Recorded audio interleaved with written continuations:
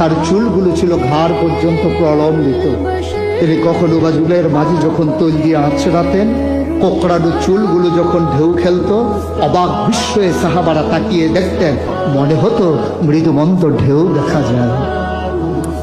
তার কপালটা ছিল চওড়া, কপালটা ছিল শুভ্র সাদা, তার চোখের ধনুকের মতো বাঁকা ছিল তার চোখের ভ্রু, আর চোখের পাতাগুলো ছিল গোলাপি রঙের, গোলাপ ফুটন্ত গোলাপের, এক একটা গোলাপের পাপড়ির মতো।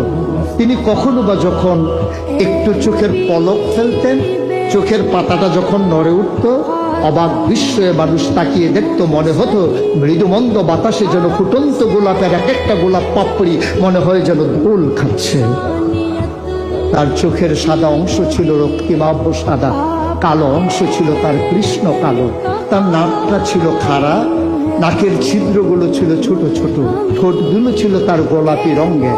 তিনি কখনো বা যখন মুচকি হাসতেন, ঠোঁট দুটো যখন একটু ফাঁক হতো, অবাক বিস্ময়ে মানুষ তাকিয়ে দেখতো, মনে হতো কোথাও যেন বিজলি চমকিয়েছে।